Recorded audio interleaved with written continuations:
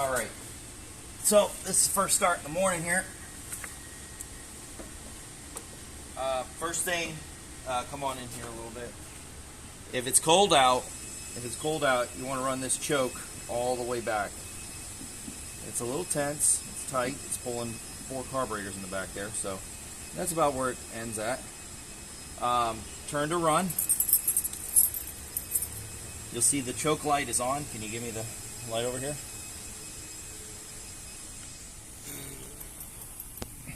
And that actually works. This is off. This is on. That's just to tell you when it's on. Okay. All right. I'm not even going to hit the gas because we don't want to flood the car. You can hear the fuel pump's already on because I've got it in run.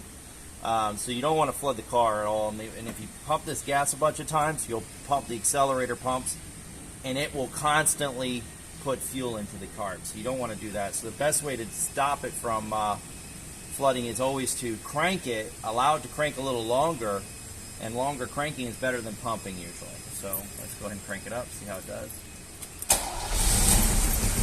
And of course it starts usually like that. It's kind of warm out, it's not really cold out, but it starts like that. And it's going to run a little funny when it first starts out. It's got to warm up, and we've got the choke on right now.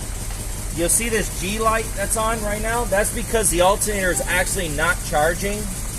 And the first thing I like to do is get that alternator charging. So what I'll do is just bump the gas up a little bit. I won't be crazy with it. Just rev it up a little bit, play with the throttle a little bit.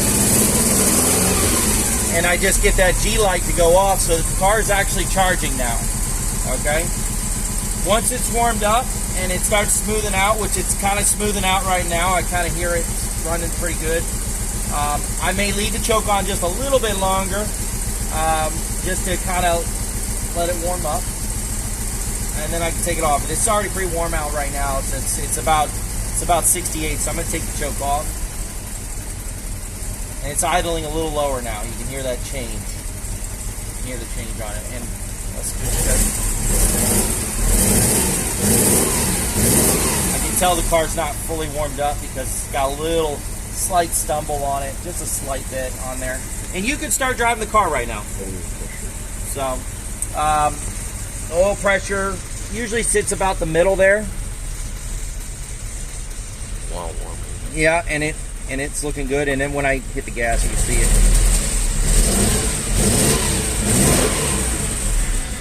Right now, if you were to give it some gas, you could drive this thing around no problem. It's fine.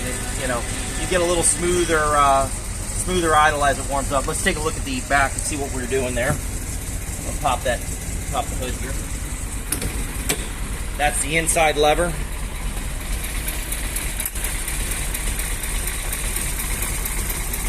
She's running fine. When we're pulling that choke, we're actually pulling it right here. This is actually the choke levers right here.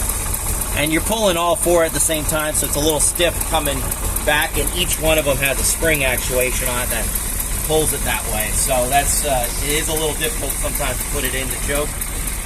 I wouldn't force it back past the halfway point that shows on the lever in there. I only pull it on there, and when I pull it about halfway, you can actually see those choke levers move.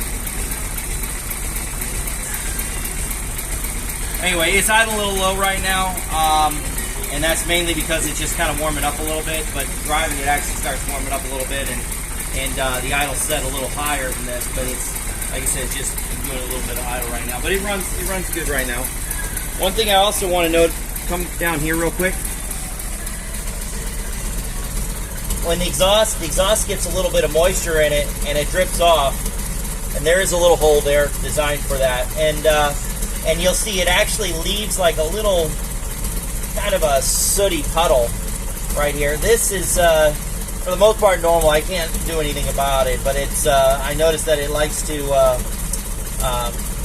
do that. So you might want to put something maybe on the garage or whatever to catch that. It's not an oil leak or anything. It's just condensation just builds up in this exhaust here, and then when it kind of drips out, it kind of leaves a little sooty puddle. Doesn't do it every time, but I noticed on when I've had kind of a cold night, I seem to have it more on there. So, but anyway, basically, it should be pretty good. It's idle a little low, so let me give it a little gas.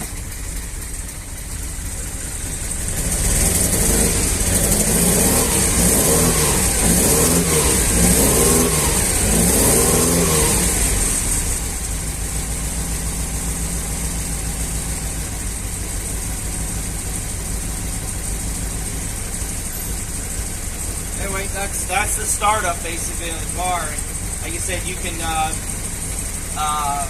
warm it up just a little bit, usually about a minute, and it's generally good to start driving. You can feel the throttle response change a little bit. When it's a little bit more responsive, that's when I like to drive. But that's it. That's basically the startup on it. We'll show you more later.